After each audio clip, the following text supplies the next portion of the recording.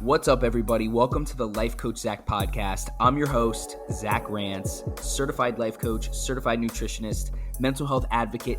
I like to bring guests on here that are leaders in their chosen field, whether it's a doctor or nutritionist, or maybe just another life coach or spirituality coach. And I'm just grateful for the opportunity that I can share it with you guys.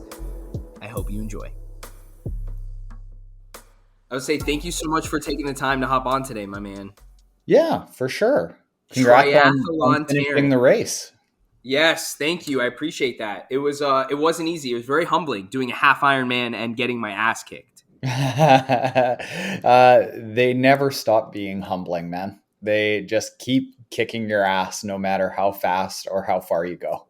Really? What was the worst experience you've ever had in a race? The worst is also probably the best. Full Ironman is just miserable for the last 15K, but it's also the most interesting time in your life. Like, it takes a lot to get into that period. I've never had like real serious meltdowns. I had one meltdown where I cramped really, really bad, but it was just like, all right, well, I guess I'm walking for the next 50 minutes. But it wasn't like the depths of despair that you get in an Ironman distance race. Yeah, dude. So I have my first Ironman coming up. It's May 23rd in Tulsa. I've been training since August. I did terrible in Haines City, even though I finished. 20% actually did not finish. So not that I should compare myself to others, but I have my Ironman coming up in about 3.5 weeks. What's some advice you have for me? If at this point you don't have anything, you don't have it. It's like what the work is that you've done up to this point is what you've done. So a lot of people think that there's going to be something magical that they can do in the last 3 weeks to really jack up their performance. And that's not how it works. It's like the performance that you get is determined by the previous 3 to 6 months of work that you've done. Right. So big thing is to maybe have one more good week of training, and then the final 2 weeks is taper. So you bring the load of total hours down by about 40-50%, but then keep some intensity in there and rest. Yeah. Lots and lots of rest, as much as you can. Dude, you know what? You know what's funny? I've never been an endurance athlete, and I've never been a long runner or anything. But I've been doing this since August. COVID, actually, just everyone listening to hear a little bit about how I got into Ironman is during COVID, there was no gyms open, right? I mean, I feel like everyone kind of just rushed into like running and biking and swimming, and these Ironmans are sold out for like the next year and a half, right? I mean, oh yeah. Yeah. If you aren't in one right now, you aren't getting in one for a long time. You're not getting in one for a long time if you haven't registered already. And I fell in love with just seeing progress, right? I mean, my legs are like twice the size. I wish I would have took a pre-picture and a post picture of my leg size, or measured like the diameter or radius, whatever, of my leg. But I have gained so much muscle in my legs, and it makes me feel so much stronger. And just this triathlon lifestyle, because it really is a lifestyle, right? I mean, tell the audience about your lifestyle and training and how you got into Ironmans. My lifestyle now, I'd say, is a lot more health focused, using endurance sports for health. But I've been doing this for about 12 years. That I started doing triathlon just almost as an accident, because I got injured lifting weights and trying to be a bodybuilder in my mid-20s, and started walking on a treadmill one day, and then that got boring after a couple of weeks. So I intermixed walk on a treadmill one day, bike on a stationary bike the next day, and then I mixed swimming in, and then figured, well, might as well try a triathlon. And after a couple of years, it stuck with me. Interesting. And now you have a massive following on YouTube. You're actually the first person I came across on YouTube, dude. Good. Were like, we work real hard to make that happen. You do a great job, a great job on YouTube. I've gotten so much value from so many of your videos. So it really is a pleasure today to be interviewing you. When I came across you, I said, wow, this is the guy I need to talk to. This is the guy I need to learn from. You're a great resource for anyone that's interested in getting into triathlons or just running or swimming or biking. I mean, you do these things for a living, and anyone that's listening, I've encouraged my audience and my followers on Instagram, on YouTube, to sign up for a race, whether it's a 5K, a half marathon, marathon, Ironman, whatever it is, get it on the calendar, have something to work towards. And if you are one of those people that want to take action, head over to Taren's YouTube, Triathlon Taren on YouTube. Is that right? That's it. Yeah. Not That's a lot it. of Terrans out there, so I didn't have to fight for it. Yeah, you didn't have to pay money for the No. Triathlon Taren handle. But yeah, man, I'm so glad to have you on the podcast today. Wasn't really sure exactly like what I wanted to talk about to you, but I want to hear more about what you're up to these days. Well, I've changed over the last few years. COVID, it didn't kick me into gear with being healthier or fitter or have bigger goals. More than anything, what I realized is life is short. And what I'd been pursuing for the first 10 or 11 years in triathlon was podiums and seeing what I was capable of. And I think I got close to where I could be. Like maybe I could be 10 minutes faster in a half Ironman and make another world championship, or maybe 20 or 30 minutes faster in an Ironman. But I was kind of just chasing marginally faster times. And COVID hit and realized, you know what? If I end up getting hit by a bus or getting injured or getting sick and can't do triathlon anymore, this business that we're trying to grow might go away, because it was pretty dependent on me going out there and just sharing podiums that I was trying to get onto. And what we've done over the past year is change our mindset, change our business, and it's more about taking a step back and using endurance sports to be healthy, to be fit, to be mobile, to be Yes. strong, Yes. and Love be that. fulfilled. And my goal is to help other people get on podiums, because if I get on another podium again in my life, great. But if I can help thousands of people get on their own personal podiums, that's way better. I'd much rather do that. So I'm, instead of training 17 hours a week like I used to, I'm now training more like 8 or 9. And it's a lot more well rounded. I love that, dude. And you know what? You're doing that. You are fulfilling your mission and helping thousands of people reach their own podium, because training for a triathlon is not just, like you said, to hit the podium. It's to level up in your quality of life and your overall well-being. I mean, I've gotten so much better about nutrition and sharpening my time management skills, getting better sleep, more body awareness. I think is what I've learned the most from training, because in the beginning I was having a lot of soreness in areas that I was never sore, whether it's my lower back or my hip flexors or my Achilles or things like that. And then learning what is wrong with my running technique and seeing progress. And, I am the most flexible, in the best shape. I have the highest energy levels. I feel better than I ever have in my entire life because of triathlon. So you are doing just that. You are doing just that. And, what would you say to anyone who's Awesome, man. never, what would you say to anyone who's like never ran in their life, never swam, never biked, but they want to be healthier? How could triathlon training get them to where they want to be? Well, I can tell a story about where I was. When I first started out, I had to start by running the length of one house, literally like 50 to 60 feet at a time, not a kilometer at a time or not 5 minutes at a time, 50 feet at a time. And then I had to walk the length of 3 or 4 houses. When I bought my first bike, it was the first bike that I'd had in 15 years. And I went out for a 50 minute ride, and I thought that it was the longest bike ride anyone had ever done. I couldn't swim, but I wanted to see if I was able to do this thing that I thought was impossible. And the impossible thing that I thought was a try, like the shortest distance triathlon you could do. And that was where I started. I started literally at zero and built my way up over a number of years to being able to complete half Ironmans and Ironmans and marathon swims. And it's made me healthier. It's made me stronger. It's made me fitter. And, I look better with a shirt off. I'm not ripped, but like I'm 50, 60 pounds lighter than I was at my heaviest in my 20s. But more than anything, I'm more confident. I'm more daring, I'm more willing to take on challenges, because that challenge of taking on something that 12 years ago I thought was impossible, and learning that if I go through a process and do it, is the biggest thing that I've taken from this. That it's just a matter of finding a process that works and learning as much as you can, and maybe bumping off the walls and failing a little bit as you go. But if you just keep getting a little bit closer every day and every week to a goal that you want to achieve, it will come. And it probably isn't going to come in the form that you think, but it's going to at least be some shape of that goal that you want to achieve if you keep going. Yep. And very well said. And getting out of your comfort zone, because we all have limiting beliefs.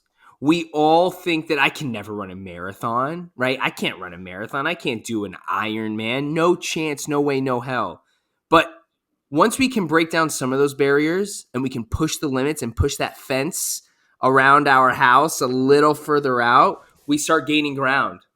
And I've seen that with me as well. You know, it's not just in Ironman training, but with everything in life. And I think Ironman is a really, really strong foundation because for life skills, because it's a lot of mental strength as well. I mean, doing these trainings and pushing through the pain 6 days a week is something that makes you a lot stronger mentally. So tell us how the mental side of things in the triathlon can help anyone in their life. I kind of look at triathlon training as a framework for life, because it often gives you a goal to work towards. And I do think that that comes with good and bad things. On the good side, it gives you something to structure your fitness around and your health around, instead of just trying to aimlessly be fit or healthy. You have a reason and a goal and times and accountability. But at the same time, it does have the negative consequence of, particularly in triathlon, people get absolutely obsessed with goals and value themselves based off of whether their time was exactly what they wanted to hit or not. And people have to Mm, recognize that ahead of time, understand that interesting perspective.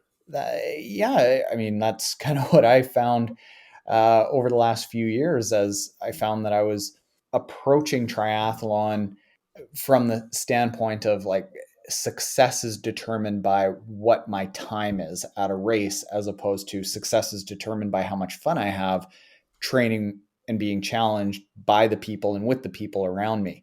So I think it gives a lot of good aspects to life with health and well-being and a stress relief. But people do have to recognize that it can easily be a slippery slope that takes them down a path that adds stress to their life. And the training alone is stressful. If you don't keep the mental aspect of that in check, it can be stress on top of stress. So it's a balancing act of just kind of learning to let go a little bit. And we'd all be better off if we learned how to do that in life, not just training. Yeah. That's really good because I didn't even think about that. You know, like running a good time and then being like, shit, I didn't do exactly what I wanted to do. And then that kind of just deflates you a little bit. That could turn into a negative feedback loop for sure. Yeah. I mean, I just listened to your podcast with the client that you worked with who wanted to run, I think it was the 8 minute mile, and he ran an 8:02. I imagine in your case, you are super pumped for him. In his Mm-hmm. case, he was probably bummed that he was 2 seconds slower.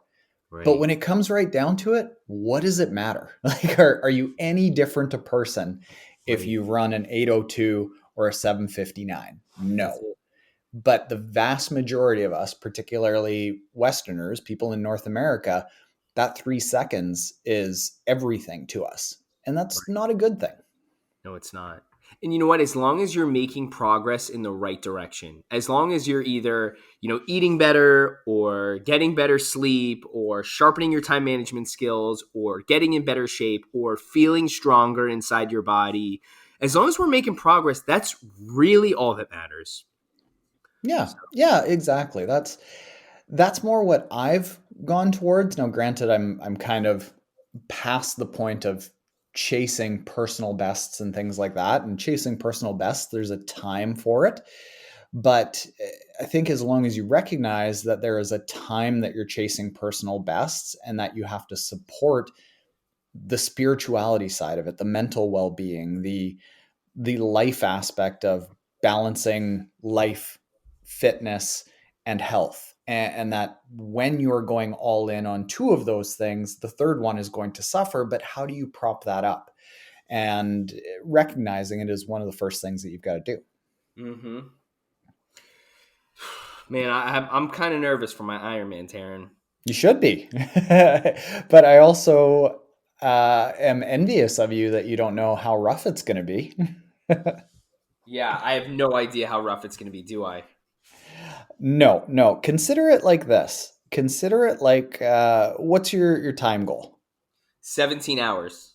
Okay, 17 hours. So think of it this way. It's like a 14-hour warm up and then 3 hours of hell.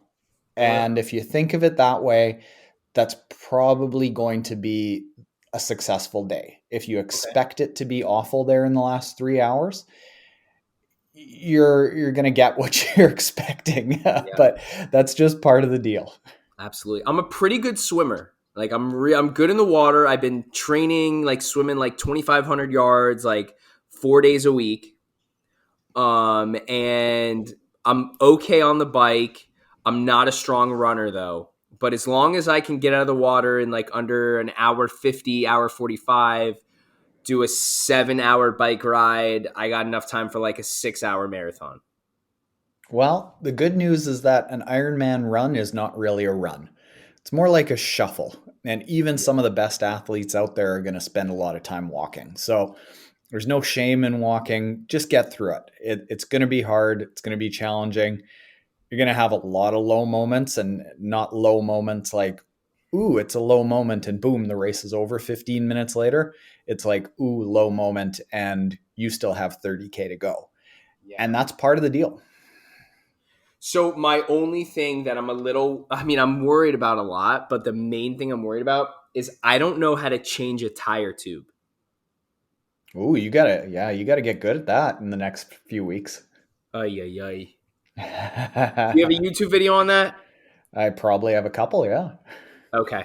Okay. Heading right over to Triathlon Taren YouTube right now, actually, because I got to learn this like today, you know? But it's Oh, fairly so much to simple, learn. right? Here's the thing about this sport is that it's 12 years that I've been doing this and I'm still learning a lot. That idea that I just said about the three legs of balancing life, training, and health, 12 years later, I just had that thought a week and a half ago.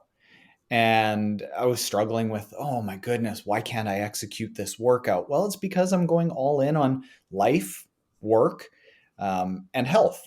And training is taking a back seat. So, of course, I'm going to have some workouts that I fail in. And that took me 12 years to figure out. So you coming into this now for like 9 months, you're just starting, man. You got a long way to go. But if you enjoy the process of learning that and don't take these little things of like, oh, I don't know how to do this as a negative, you're going to enjoy it a lot more. I appreciate that. And just have fun with it, right? Yeah. Yeah. Like it's a gift that we're able to get to do this, that we are able to get to go and suffer for that final 3 hours in an Ironman. It's not a punishment. It's not a, oh wow, woe is me because I'm not hitting my time or I'm having nutritional distress. People around the world would love to have that as their main problem. So it's a real luxury that we get to be able to do this. Love it. Everyone listening, go ahead and follow Taren on Instagram at Triathlon Taren, TriathlonTaren. Go ahead and check him out on YouTube as well. Shoot him a message on Instagram. Let him know that you guys listen to the podcast and ask him a few questions about triathlons. I'm sure he'd be happy to help you guys out. Taren, thank you so much. Is there anything you want to leave the audience with today? Go do stuff. Just do stuff. Whether it is running that first mile or first length of a house, just go do stuff. A lot of people, I'm sure, out there are already fit. One thing that I've learned over this that is so much more fun and enjoyable and sets a real good tone for giving you a basis of health is have something on the schedule that scares you just a little bit, just a tiny little bit scary. And I find that that motivates everyone really, really well. And when you hit that goal or even attempt to hit it, it's pretty fun because it was something that scared you to begin with. That's it, guys. Get it on the calendar.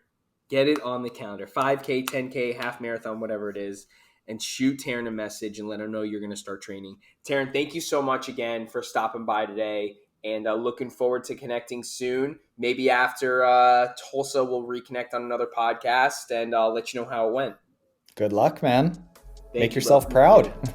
I will. As long as I cross, that's all that matters. That's it. Have a good one, Taren. You too.